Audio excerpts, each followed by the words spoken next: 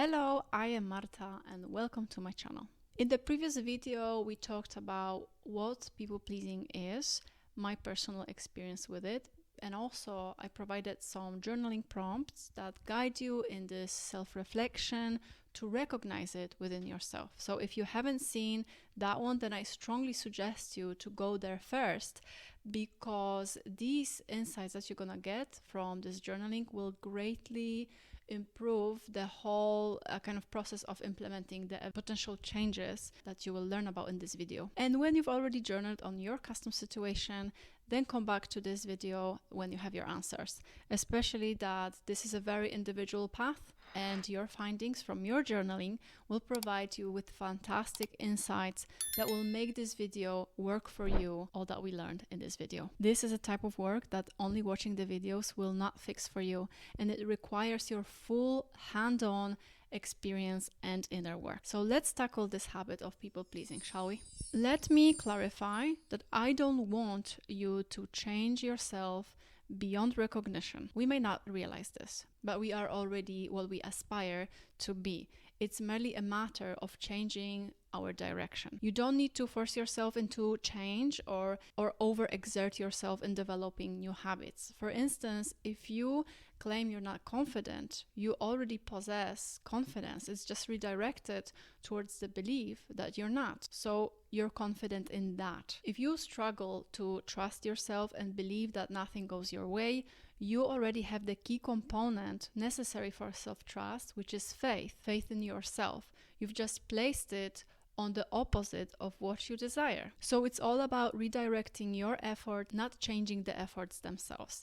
The same applies to pleasing others. If you're accustomed to pleasing others, there's no need to change that. Just redirect that energy towards pleasing yourself instead. It's the same mechanism, just the recipient is different. You are the most important person in your life. So ask yourself every day, what can I do to make myself feel better? And then simply just do it. It can be something small like going for a walk, taking a nap, grabbing a coffee to go.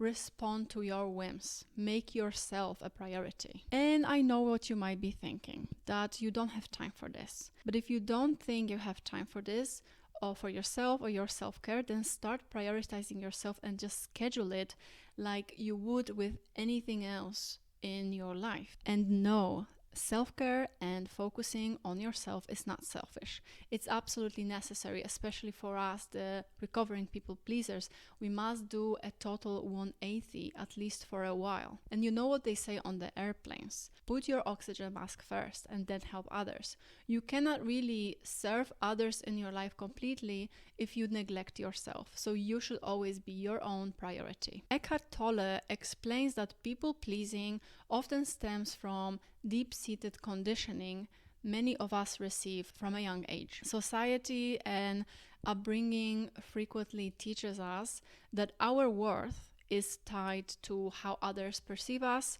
and creating this habit of seeking approval, avoiding conflict, and suppressing our true nature. This conditioning shapes the ego's desire for validation and fear of disapproval, compelling us to prioritize others' needs at the expense of our own and our authenticity. Tolle suggests that personal growth involves this recognizing and breaking free from conditioning, realizing that true peace and self-worth come from within, not from external validation. So this requires us to observe these behaviors without any judgment and detach from the ego's need to be liked or keep the peace.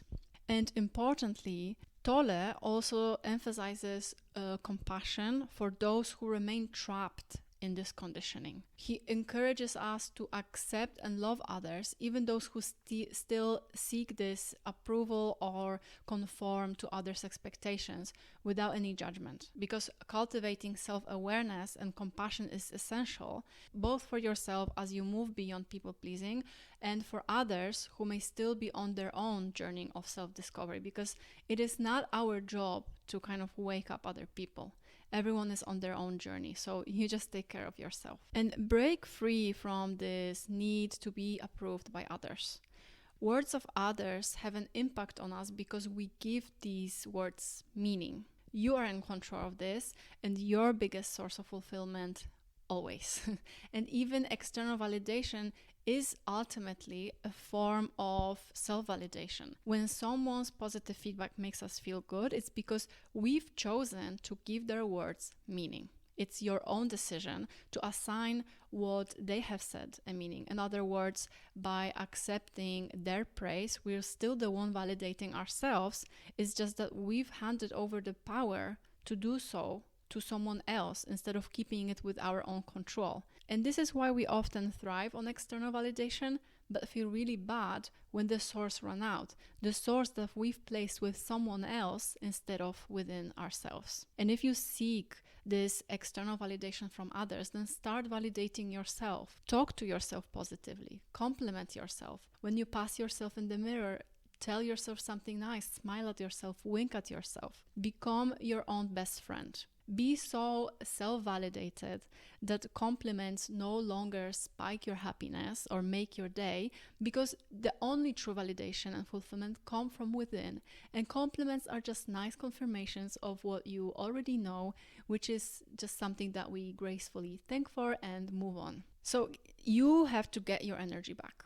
If you often feel anxious, it may be because you unconsciously give away your energy and deplete yourself through self-neglect. Your energy is your attention, and it's the most valuable asset that you have at your disposal. So make sure to spend it wisely on the right things that matter to you. And do you find yourself spending a lot of time during the day thinking about others? What are they up to? Will they respond to your message? Will they ask you out? Do you maybe engage in gossip? This is you placing your energy outside of yourself. Try to observe this throughout the day, because what we focus on is what grows in our lives. And it's time for you to reclaim this energy. You can also watch the video that I titled "Stop Giving Away Your Energy," and it's going to be linked here in the description below. For me, the ultimate way to focus my attention on myself is through meditation. So I encourage you to start meditating, even if it's only 5 or even 3 minutes a day at first, and then just increase it, and then do it twice daily, in the morning and in the evening, to increase it to, I don't know, like I do at least 20 minutes in the morning, and then a bit more than that in the evening. But that's, after months and months of practice. And as you notice yourself leaking this energy due to focusing on someone else, just bring your attention back to your body. Make it a practice, not only in meditation, but outside of this as well. Focus on your breathing, or even on an object that is in front of you, even if it's just for a couple of seconds. This is how you take the energy back, by focusing on something else. And over time, it will become easier and feel more natural to dwell in this energy state for most of your day. You need to regulate your emotions. Emotions are meant to flow through us. They are energy in motion. We handle positive emotions really well. We feel them and they just pass. And we don't suppress them or cling to them by fixating on what triggers them, trying to analyze or find a guilty person. Yet we often cling to negative emotions, and instead of feeling them and letting them pass, we focus on their causes, concentrating on the external and resisting them. And energy flows where attention goes. So just ask yourself, where do you invest most of your time? So when you feel some emotions, ask yourself this: where do you invest most of your energy and your time? Are you feeling your emotions or repressing them, analyzing their causes, blaming others for making you feel this way, and trying to make them go away? If you shift your attention towards yourself, towards feeling those emotions internally and how they manifest in your body, because you can always tell, it could be in your chest, in your stomach, or whatever, and then you can release this energy, ignoring the cause for now, it doesn't matter.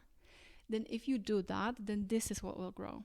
This ability to navigate your emotions as they ebb and flow.